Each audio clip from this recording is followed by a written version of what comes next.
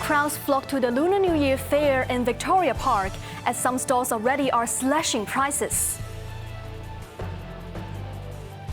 The Hang Seng Index rises 32% for the year of the snake, marking the best Lunar Year performance in 8 years. Today's average maximum temperature climbs to nearly 28 degrees, hitting record high on Lunar New Year's Eve.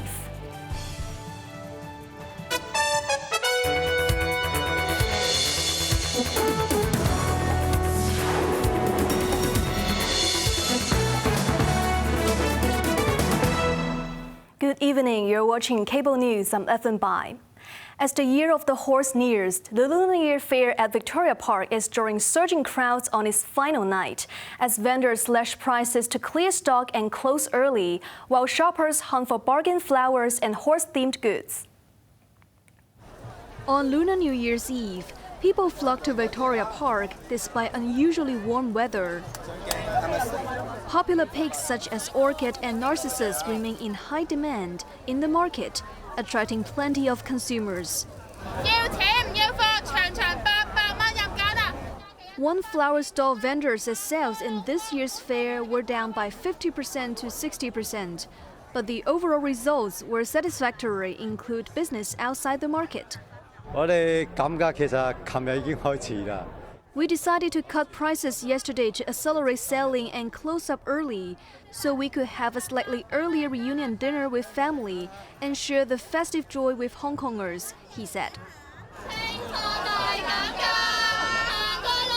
These students loudly hauled their locally designed horse-themed products at their stall, selling them at nearly half price.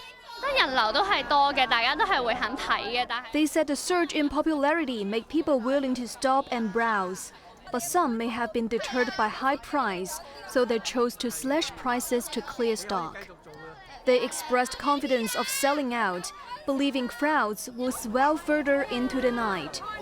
On this final evening, all 14 district Lunar New Year fairs across the city will remain open overnight, running through to 7 a.m. on the first day of the Year of the Horse.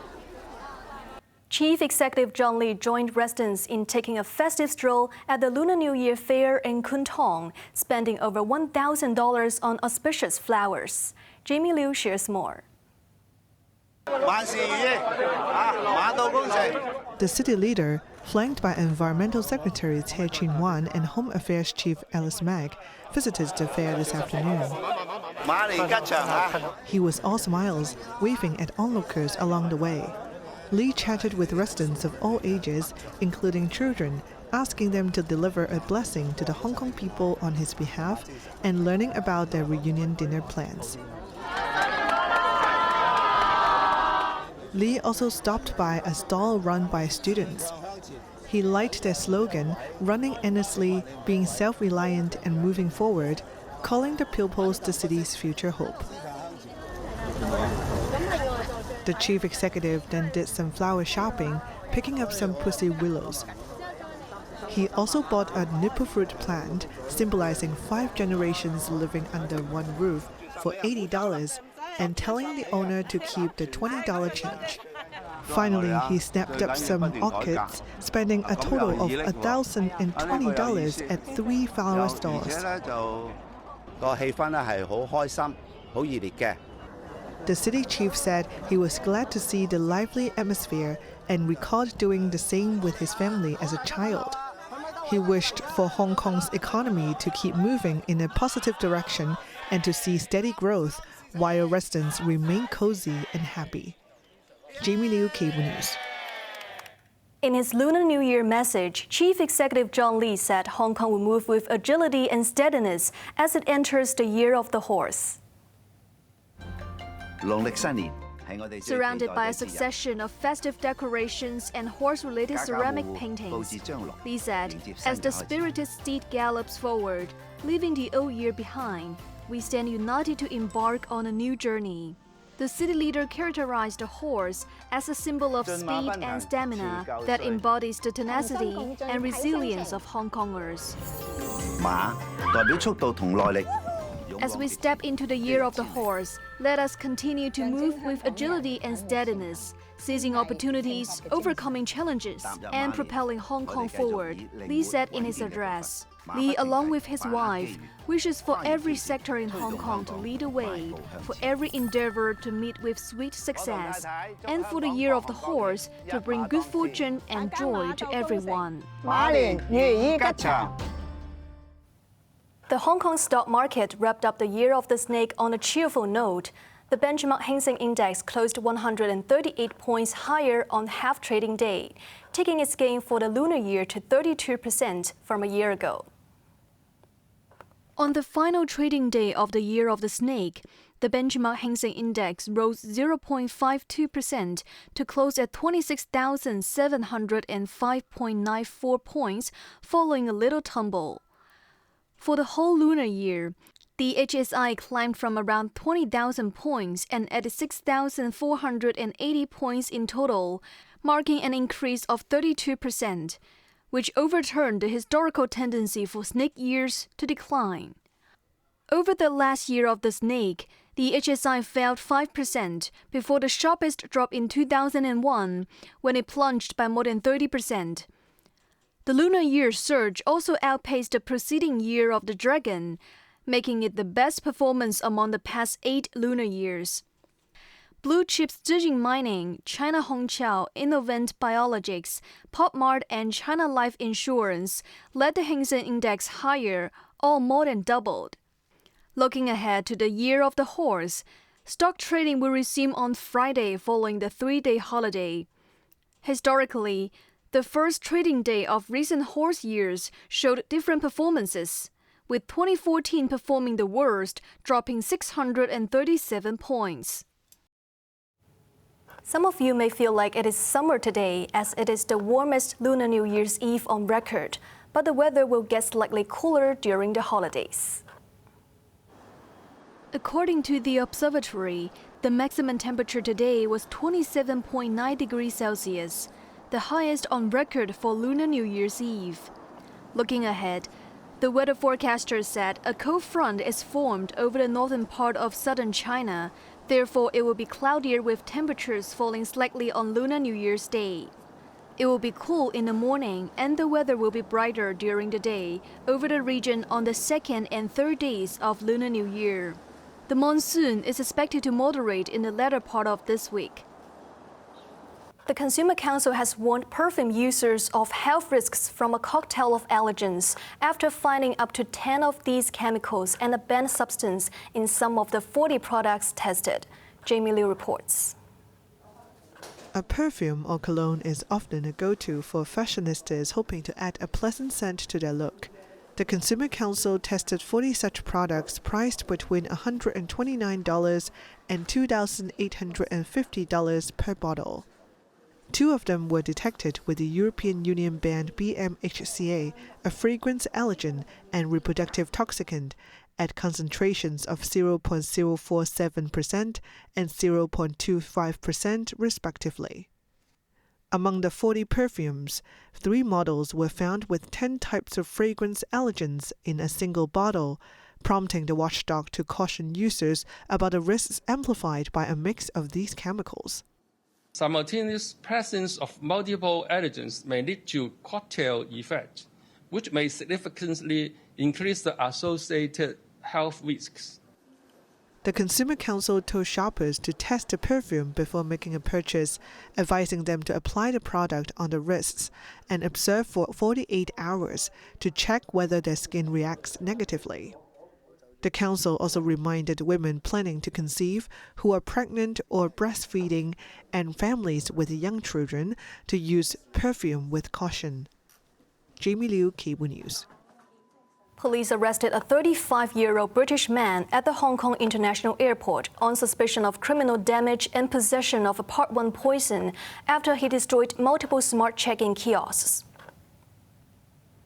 Online video captured a man in the departures hall pushing over several self-check-in machines at around 6 a.m. and then using a stanchion post to smash equipment. No staff intervened during the incident. Upon arrival, officers arrested the man and seized 4 suspected Viagra pills from him. In the morning, Island J of the departures hall was in disarray, with cleaning staff tidying up. Airport staff later sealed off the area. Airport authority spokesperson said the men damaged 10 smart check-in kiosks, several barriers and nearby counters. Staff had issued warnings and arranged backup counters for services. Airport operations were not affected. The U.S. and Iran are expected to hold a second round of indirect talks in the Gulf state of Oman tomorrow. Iranian officials hinted that Tehran is ready to reach a nuclear deal if the Americans are willing to discuss lifting sanctions. Anna Chen has the story. Iran's Foreign Minister Abbas Araghchi arrived in Geneva to take part in indirect nuclear talks with the U.S. U.S. envoys Steve Witkoff and Jared Kushner are expected to attend the meeting on Tuesday, with Oman acting as mediator. Ahead of the new round of talks, Iran's Deputy Foreign Minister Majid Tarafanchi told BBC that Tehran is ready to consider compromises to reach a nuclear deal with the U.S. if the Americans are willing to discuss lifting sanctions. While another Iranian official reportedly indicated that Iran is pursuing a nuclear agreement with the U.S. that delivers economic benefits for both sides, focusing on oil and gas fields, mining investments, and even aircraft purchases. Meanwhile, the Trump administration emphasized that it remained focused on negotiations and is increasing its military presence in the region only for defensive reasons. I'm not going to talk about attacks on Iran or anything of that nature because the president's made clear he prefers diplomacy and an outcome of negotiated settlement. Commenting on the upcoming talks, Israeli Prime Minister Benjamin Netanyahu said any nuclear deal must make sure that all enriched material leaves Iran. He also reiterated that any deal must address Iran's ballistic missiles and dismantle its support for armed proxies in the region. Anna Chen, Cable News. U.S. State Secretary of State Marco Rubio said Washington does not dispute a report by European allies that Kremlin critic Alexei Navalny was killed with frog toxin in a Russian prison 2 years ago. The UK is considering further sanctions on Russia. Jamie Liu tells us more. According to a report released jointly by Britain, France, Germany, the Netherlands and Sweden, laboratory testing found dart frog poison in Navalny's body samples, raising suspicion that the Russian government was behind the poisoning. When asked why the United States did not join the statement, Rubio said this was an endeavor by the European countries and they may act based on the intelligence they have gathered. It's a troubling report. We're aware of that case of Mr. Navalny, and certainly it's, we don't have any reason to question it, or we're not disputing or getting into a fight with these countries over it, but it was their report, and they put that out there. British Foreign Secretary Yvette Cooper said that only Moscow had the motive, the means, and the opportunity to poison the imprisoned opposition figure. It's one of the things that Alexei Navalny himself said, that he said, tell the truth, spread the truth, that is the most dangerous weapon of all. The Russian regime tried to stop him doing so, so we have done so instead. She said the use of the toxin was a clear breach of international chemical weapons rules, and Britain wants to see action taken, which could include continuing coordinated sanctions on Russia. The Russian embassy in London has denied Moscow was involved in Navalny's death. It described the allegations as the feeble-mindedness of Western fabulists and accused critics of necro-propaganda. Jamie Liu, Cable News. On to the weather now. Becoming cloudy, 1 or 2 light rain patches overnight with relatively low visibility. Temperatures will fall slightly tomorrow, ranging between 19 and 23 degrees. Light winds becoming moderate to fresh east to northeasterly overnight. Occasionally strong offshore and on high ground at first tomorrow. That's our news tonight. I'm Evan Bai. Thank you for watching. Good night.